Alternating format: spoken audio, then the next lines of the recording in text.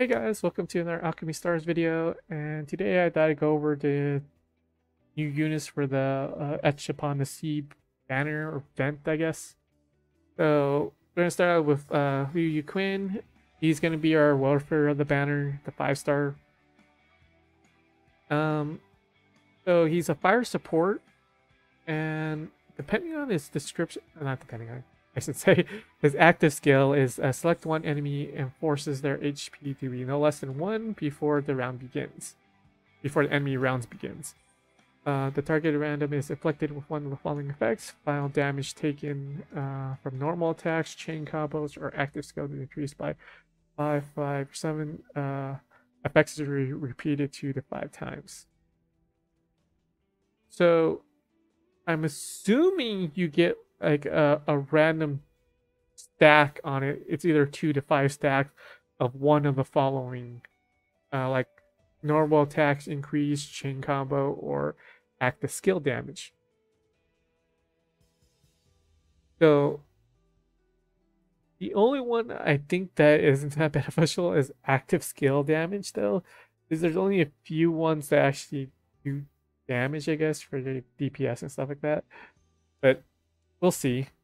All in all, it's like if this thing triggers like 2 or 3 times, that means you could get like 35 damage, maybe. Yeah, his chain combo is basically healing, though there's not much to discuss there. His equipment's pretty interesting. So Deadly Moxa. Uh, so he doesn't do auto attacks, so he basically stacks a bomb on the enemy, pretty much. And that bomb is also like a debuff. It's 65% per stack. Um I'm hoping his stack goes more than 5 though, but that's usually more or less the case though. Like the bleed and bleed poison stuff that only stacks up to 5, so I'm guessing his max stacks is 5. But we'll see. So let's say if the max stack is 5, so that means that the final damage would be increased by 15.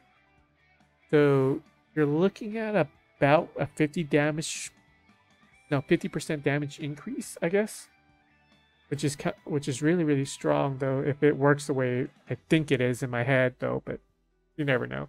And since the thing lasts for 2 turns though before it basically blows up on them,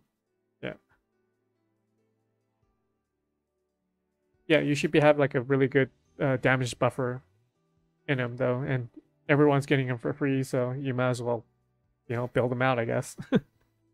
Yeah. I don't know what is with Tour Dog lately though, but their welfare units has been getting like a good increase of like usability, I guess, compared to like all the other ones. But we'll see. His stat line's decent for what it is, 3,000, 1,000 defense, about 10k health. So yeah, overall, solid unit. Next we have is Zhong, fire converter. So I thought he was gonna be like a DPS class, but they made him a converting class. It says active skill 2 ashes. Summons 1 ancestral flame and converts the tile into a red tile. Ancestral flames can be summoned on an enemy tile. Enemy is standing on and will move along with the target. Before moving and connecting tiles, all tiles in the path of the ancestral flame will be converted into red tiles. So basically, you put a ancestral flame, which is kind of like a debuff on the enemy. And as the enemy comes towards you, he's converting all the tiles along that path into red. Simple enough. Let's see, chain combo. Chain combo is pretty much a sniper chain combo.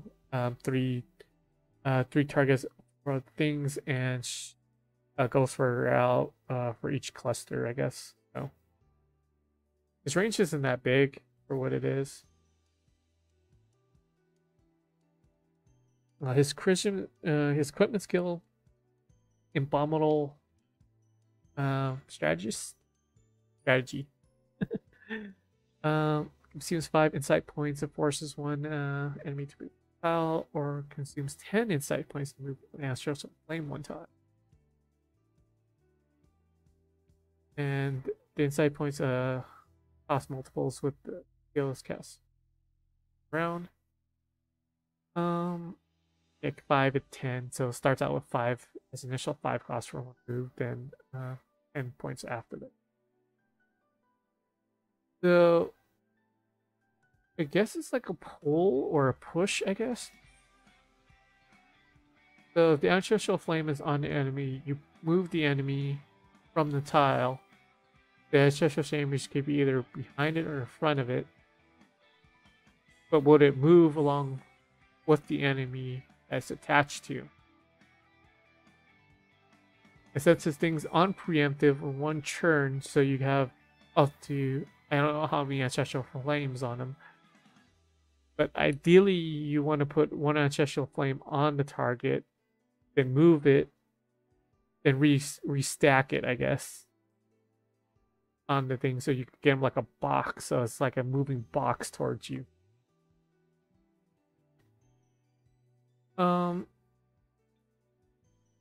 Yeah, that's interesting though, because I'm trying to figure out how he plays like, and it's like it's not fitting in my my mind properly, you know. So he gains 1 stack for every tile he passes through. What make him good, like a good captain, I guess, though, because you want almost stacks for more conversion.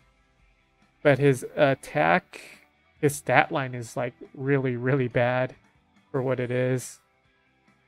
So I guess you could put him as secondary though, but I'm hoping his second element isn't fire either, so he could make full use of the equipment skill. If his secondary element is fire, it's gonna really weaken him more than it already is because of his stat line.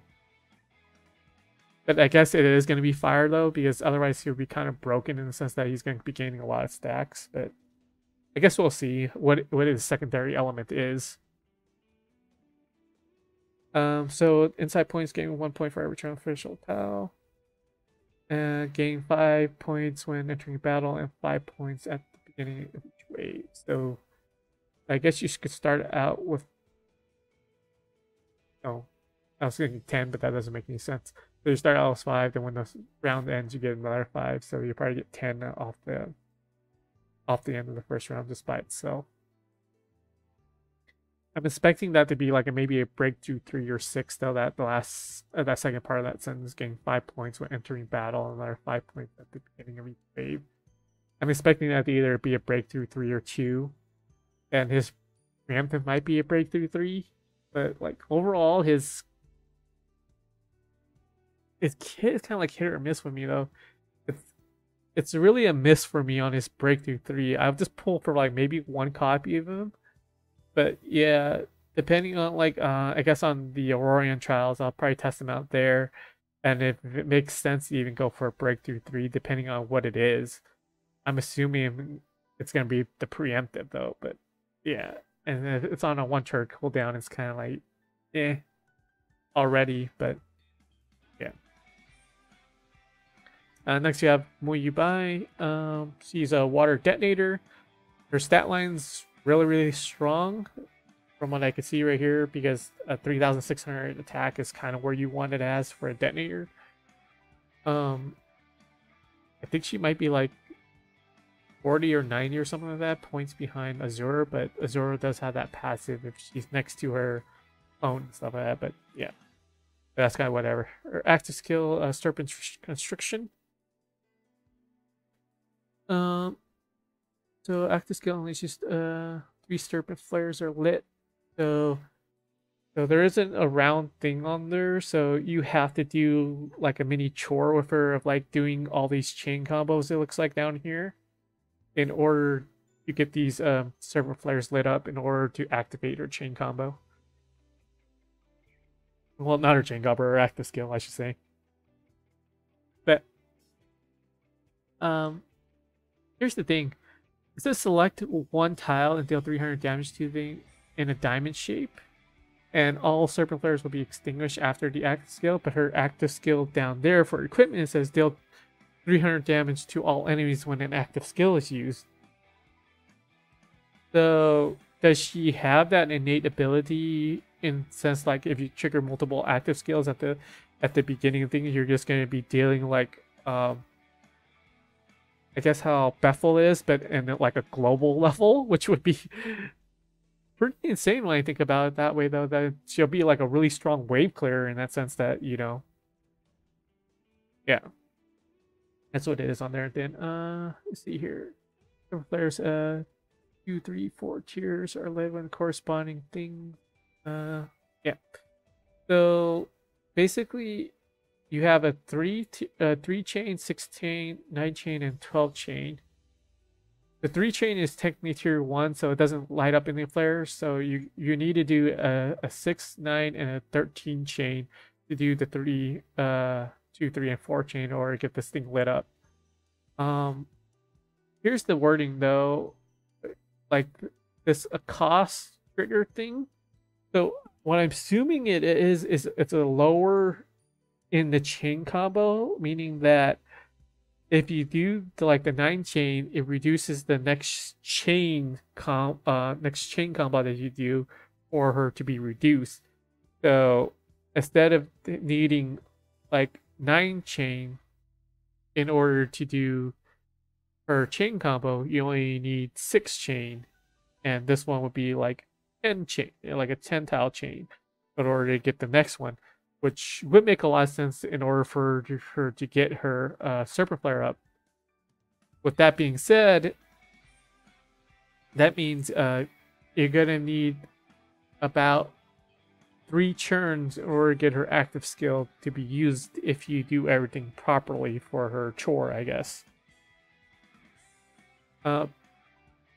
The only thing I'm unsure about is how her breakthrough is, though, because if it's like if this restriction for the trigger reduction is what it is, it might be on her breakthrough 3 or breakthrough 6, and that would make it like really weird. I guess that means you have to pull for maybe multiple copies of her, and this might be a first though for it. And it's the same thing for equipment though. So if this equipment works as the way like Bethel is, but on a global level, I think it would be pretty insane though to steal like a quick burst right off the bat. Yeah, she's gonna be like really, really strong for like wave clearing and stuff like that. So all in all, about like between all, I guess, all the 2 banner units between Mui and Zhong is that well, he's probably the one I probably would go for if I had to pick one of the 2 banners, because her kit looks more interesting to me than just a converter thing where it just follows an enemy. So yeah, that's pretty much all I want to cover. I'll catch you guys next time. Bye.